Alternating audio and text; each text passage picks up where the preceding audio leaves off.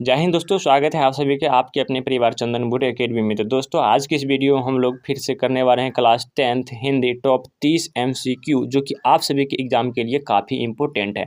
जितने भी स्टूडेंट 2026 में एग्जाम देने वाले हैं सभी स्टूडेंट के लिए वेरी इंपॉर्टेंट ये क्लास होने वाला है। ठीक है, तो अभी तक सभी स्टूडेंट चैनल को सब्सक्राइब नहीं किए तो प्लीज़ आप सभी चैनल को सब्सक्राइब कर लीजिए, और वीडियो को लाइक नहीं किए तो प्लीज़ आप सभी वीडियो को लाइक भी कर दीजिए। ठीक है, और अपने दोस्तों को बात भी शेयर कर दीजिए। ठीक है, यहाँ पे लाए हैं टोटल 30 ऑब्जेक्टिव क्वेश्चन, जो कि आप सभी के एग्जाम के लिए काफ़ी इंपॉर्टेंट क्वेश्चन है। ठीक है, यानी कि पूरा हम 60 क्वेश्चन के लाए हैं, और ये क्वेश्चन परीक्षा में बार बार पूछा जाता है। ठीक है ना, यानी कि अगर आपका भी सपना है 450 प्लस लाने का बोर्ड एग्जाम में, तो आप हमारे इस चैनल को सब्सक्राइब करके जरूर से रख लीजिए, क्योंकि इस चैनल के माध्यम से आप सभी को डेली एक वीडियो अपलोड किया जाता है, जो कि आप सभी के एग्जाम के लिए काफ़ी इंपॉर्टेंट हो। ठीक है, तो चलिए बिना कोई देरी किए यहाँ पर हम क्वेश्चन नंबर 1 से शुरू कर लेते हैं। ठीक है, यहाँ पे देखिए क्वेश्चन नंबर 1 का रहा है कि इस क्वेश्चन नंबर 1 है कि इस श्रम विभाजन और जाति प्रथा के लेखक कौन है। तो श्रम विभाजन और जाति प्रथा के लेखक कौन है, तो दोस्तों आप सभी को याद होना चाहिए वह था बाबा साहेब भीमराव अंबेडकर। कौन था?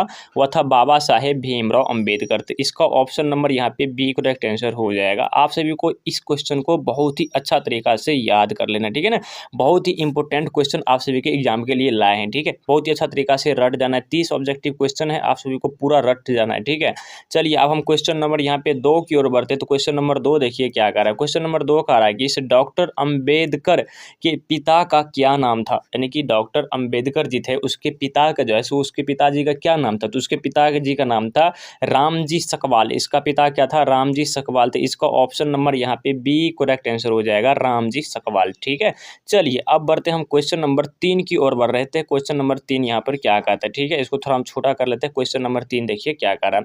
क्वेश्चन नंबर 3 का रहा है कि इस आधुनिक सभ्य समाज कार्य कुशलता के लिए किसके आवश्यकता मानता है। ठीक है, आधुनिक सभ्यता समाज कार्य कुशलता के लिए किससे आवश्यक मानता है। ठीक है ना, तो वह मानता है श्रम विभाजन का। किसका? वह मानता है श्रम विभाजन का। तो इसका ऑप्शन नंबर यहाँ पे ए करेक्ट आंसर हो जाएगा, श्रम विभाजन। ठीक है, चलिए अब क्वेश्चन नंबर हम यहाँ पे 4 की ओर बढ़ते। तो क्वेश्चन नंबर 4 देखिए क्या कर रहा है। क्वेश्चन नंबर 4 का रहा है कि इस क्वेश्चन नंबर 4 का रहा है जाति प्रथा भारत में बेरोजगार का डेस्क कारण बनी हुई है। यानी कि जाति प्रथा जो है भारत में बेरोजगार का एक डेस्क कारण बनी हुई। तो क्या बनी हुई? तो वह प्रत्यक्ष है और प्रमुख है। ठीक है, यानी कि इसका ऑप्शन नंबर यहाँ पे सी करेक्ट आंसर हो जाएगा, ए और बी दोनों। ठीक है, इसका ऑप्शन नंबर यहाँ पे सी करेक्ट आंसर हो जाएगा। ठीक है, चलिए उसके बाद क्वेश्चन नंबर हम यहाँ पे 5 की ओर बढ़ते हैं। तो क्वेश्चन नंबर 5 देखिए क्या कर रहा है। मूक नायक क्या है? मूक नायक क्या है? तो मूक नायक आप सभी को दोस्तों याद होना चाहिए वह था पत्रिका। क्या था? वह था पत्रिका। तो इसका ऑप्शन नंबर यहाँ पे बी करेक्ट आंसर हो जाएगा, पत्रिका। ठीक है, चलिए अब हम क्वेश्चन नंबर यहाँ पे 6 की ओर बढ़ते हैं। क्वेश्चन नंबर 6 देखिए क्या कर रहा है। क्वेश्चन नंबर 6 का रहा है कि इस डॉक्टर भीमराव अंबेडकर की मृत्यु कब और कहाँ हुई थी। यानी कि डॉक्टर भीमराव अंबेडकर का मृत्यु कब और कहाँ हुई थी। तो आपको बता दें कि 1956 ईस्वी में दिल्ली में हुआ था।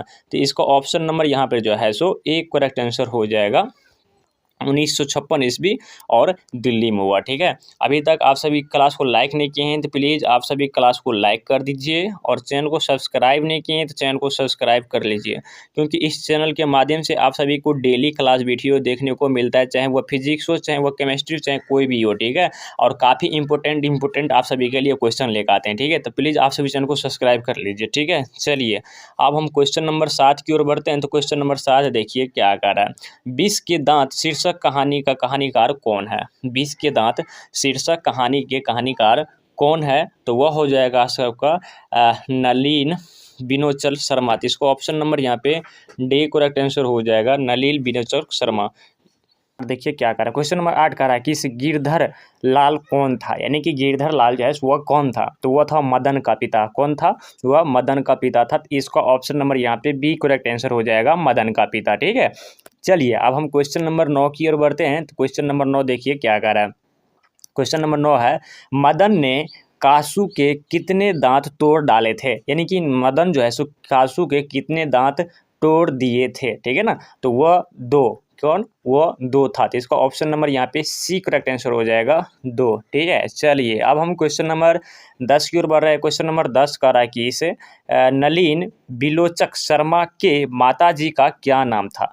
नलिन बिलोचन शर्मा जी के माताजी का क्या नाम था। तो आप सभी को याद होना चाहिए, वह था रत्नावली शर्मा। कौन था, रत्नावली शर्मा। तो इसका ऑप्शन नंबर यहाँ पे सी करेक्ट आंसर हो जाएगा, रत्नावली शर्मा। ठीक है, चलिए अब हम क्वेश्चन नंबर 11 की ओर बढ़ रहे हैं। तो क्वेश्चन नंबर 11 देखिए क्या कर रहा है। क्वेश्चन नंबर 11 का रहा है कि इस नलिन बिलोचन शर्मा के कहानी में किसके तत्व समग्र से उभर कर आए हैं। यानी कि बोल रहा है कि इस नलिन बिलोचक शर्मा के कहानी में किसके तत्व समग्रता से उभर कर आए हैं। ठीक है ना, तो ये हो जाएगा आप सभी को मनोवैज्ञानिकता से। क्या, मनोवैज्ञानिकता से। तो इसको ऑप्शन नंबर यहाँ पे बी करेक्ट आंसर हो जाएगा। ठीक है दोस्तों, आप सभी क्वेश्चन को बहुत ही अच्छा तरीका से याद करते जाइएगा। ठीक है ना, चलिए हम क्वेश्चन नंबर 12 की ओर बढ़ रहे हैं। मोटर कार को किससे खतरा हो सकता था। यानी कि मोटर कार था, उससे किससे खतरा हो सकता था। तो वह खोखा से, किससे, खोखा से खतरा हो सकता था। तो इसका ऑप्शन नंबर यहाँ पे सी करेक्ट आंसर हो जाएगा, खोखा। चलिए अब हम क्वेश्चन नंबर 13 की ओर बढ़ रहे हैं। तो क्वेश्चन नंबर 13 का रहा है कि इस मगम्मा क्या बेचती थी। तो दोस्तों आप सभी को याद होना चाहिए, मगम्मा दही बेचती थी। तो इसका ऑप्शन नंबर यहाँ पे बी करेक्ट आंसर हो जाएगा, दही। ठीक है, चलिए उसके बाद क्वेश्चन नंबर हम यहाँ पे 14 की ओर बढ़ रहे हैं। तो क्वेश्चन नंबर 14 का रहा है कि दही वाली मगम्मा कहानी का कहानीकार कौन है। तो दही वाली कहानी का कहानीकार जो है आप सभी को याद होना चाहिए, श्रीनिवास जी था। ठीक है ना, तो इसको ऑप्शन नंबर यहाँ पे ए करेक्ट आंसर हो जाएगा, श्रीनिवास। ठीक है, चलिए अब हम क्वेश्चन नंबर यहाँ पे 15 की ओर बढ़ रहे हैं। तो क्वेश्चन नंबर 15 देखिए क्या कर रहा है। दही वाली मगम्मा कहानी का प्रमुख पात्र कौन है। तो दही वाली कहानी का जो है सो प्रमुख पात्र कौन है। तो वह था मगम्पा। तो इसका ऑप्शन नंबर यहाँ पे बी करेक्ट आंसर हो जाएगा, मगम्पा। ठीक है ना, चलिए अब हम क्वेश्चन नंबर यहाँ पे 16 की ओर बढ़ रहे हैं। तो क्वेश्चन नंबर 16 देखिए क्या कर रहा है। दही वाली मगम्मा कहानी का कथावाचक कहाँ से है। तो दही वाली मगम्मा का कहानीकार का जैसे कथावाचक वह कहाँ से था। तो वह था आप सभी को यहाँ पे, हुआ था बेंगलुरु से। तो इसका ऑप्शन नंबर यहाँ पे सी करेक्ट आंसर हो जाएगा, बेंगलुरु। ठीक है, चलिए उसके बाद क्वेश्चन नंबर हम यहाँ पे 17 की ओर बढ़ते हैं। तो क्वेश्चन नंबर 17 देखिए क्या कर रहा है। क्वेश्चन नंबर 17 कह रहा है कि दही वाली मगम्मा कहानी किससे संदेश देती है। तो दही वाली मगम्मा कहानी जैसे वो किससे संदेश देती है। तो वह देती है बहू को। कहाँ, बहू को। तो इसका ऑप्शन नंबर यहाँ पे सी करेक्ट आंसर हो जाएगा, बहू। ठीक है, उसके बाद क्वेश्चन नंबर हम यहाँ पे 18 की ओर बढ़ रहे हैं। तो क्वेश्चन नंबर 18 देखिए क्या कर रहा है। मगम्पा के परिवार में कुल कितने सदस्य थे। तो दोस्तों आप सभी को याद होना चाहिए, मगम्पा के परिवार में टोटल 4 सदस्य थे। तो इसका ऑप्शन नंबर यहाँ पे जो है सो सी करेक्ट आंसर हो जाएगा, 4 सदस्य थे। उसके बाद क्वेश्चन नंबर हम यहाँ पे 19 की ओर बढ़ते हैं। तो क्वेश्चन नंबर 19 देखिए क्या कर रहा है। मंगू किस कहानी की पात्र है। तो मंगू जो है वो किस कहानी की पात्र है। तो ये कहानी जो है सो माँ की पात्र है। कहाँ पे, माँ कहानी था उसी का ये क्या है, पात्र है। ठीक है ना, उसी से लिया गया है मंगू। ठीक है, तो इसको ऑप्शन नंबर यहाँ पे डी करेक्ट आंसर हो जाएगा। ठीक है, चलिए अब हम क्वेश्चन नंबर यहाँ पे 20 की ओर बढ़ते हैं। तो क्वेश्चन नंबर 20 देखिए, माँ कहानी का कहानीकार कौन है। यानी कि माँ कहानी को जैसे कौन लिखा गया है। ठीक है ना, तो वो है ईश्वर पेटलीकर। तो इसका ऑप्शन नंबर यहाँ पे बी करेक्ट आंसर हो जाएगा। ठीक है ना, चलिए अब उसके बाद क्वेश्चन नंबर हम यहाँ पे 21 की ओर बढ़ रहे हैं। तो क्वेश्चन नंबर 21 देखिए क्या कर रहा है। किस कर रहा है कि इस माँ कहानी में किसकी ममता का वर्णन किया गया है। यानी कि माँ कहानी में जैसे किसकी ममता का जैसे वर्णन किया गया है। तो माँ को ममता का वर्णन किया गया। तो इसका ऑप्शन नंबर यहाँ पे बी करेक्ट आंसर हो जाएगा। ठीक है ना, चलिए अब हम क्वेश्चन नंबर यहाँ पे 22 की ओर बढ़ रहे हैं। क्वेश्चन नंबर 22 है, माँ कहानी का प्रमुख पात्र कौन है। तो माँ कहानी का जो है प्रमुख पात्र कौन है। तो माँ कहानी का प्रमुख पात्र कौन है। तो मंगू है। तो इसका ऑप्शन नंबर यहाँ पे डी करेक्ट आंसर हो जाएगा, मंगू। ठीक है, चलिए अब हम क्वेश्चन नंबर 23 की ओर बढ़ रहे हैं। तो क्वेश्चन नंबर 23 देखिए क्या कर रहा है। मंगू कैसी लड़की थी। तो मंगू जो है सो वह पागल लड़की थी। कैसी, पागल लड़की थी। तो इसका ऑप्शन नंबर यहाँ पे सी करेक्ट आंसर हो जाएगा, पागल। उसके बाद क्वेश्चन नंबर हम यहाँ पे 24 की ओर बढ़ रहे हैं। तो क्वेश्चन नंबर 24 कर रहा है, माँ किस भाषा में रचित कहानी है। यानी कि माँ जो है सो किस भाषा में लिखा गया कहानी है। ठीक है, तो वो है गुजराती में। तो इसका ऑप्शन नंबर यहाँ पे सी करेक्ट आंसर हो जाएगा, गुजराती। ठीक है, चलिए उसके बाद क्वेश्चन नंबर हम यहाँ पे 24 की ओर बढ़ते हैं। क्वेश्चन नंबर 24 कर रहा है कि पंपाती किस रोग से ग्रस्त थी।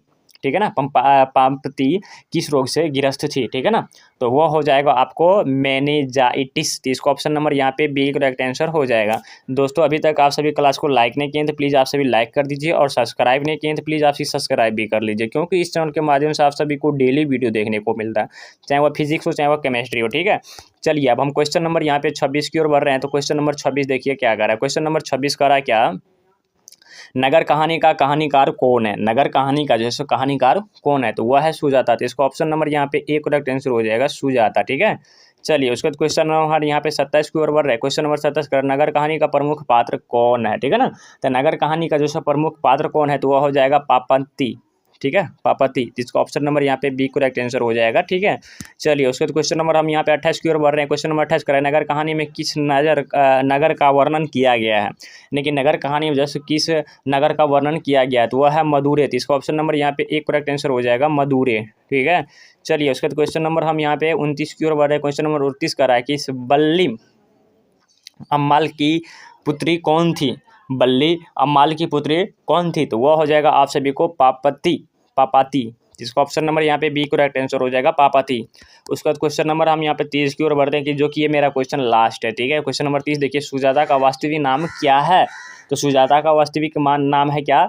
एस रंगराजन। इसका ऑप्शन नंबर यहाँ पे बी करेक्ट आंसर हो जाएगा। ठीक है, तो दोस्तों हम यहाँ पर टोटल 30 क्वेश्चन लाए थे जो कि आप सभी के एग्जाम के लिए टॉप था। ठीक है ना, तो अभी टॉप था। ठीक है, यानी कि इस क्वेश्चन को आप सभी को याद कर लेना, यानी कि बहुत ही अच्छा तरीका से इसको रट लेना। ठीक है, यानी कि आप सभी के एग्जाम के लिए काफ़ी इंपॉर्टेंट है। ठीक है, मतलब वेरी इंपॉर्टेंट है आप सभी के एग्जाम के लिए। ठीक है, जितना के उतना कम ही है। ठीक है, अभी तक आप सभी चैनल को सब्सक्राइब नहीं किए तो इस चैनल को सब्सक्राइब कर सकते हैं। ठीक है ना, और बहुत ही अच्छा तरीका से इस चैनल के माध्यम से आप सभी को डेली वीडियो मिलने को देखने को मिलता है। ठीक है, और अपने दोस्तों में भी शेयर कर दीजिएगा।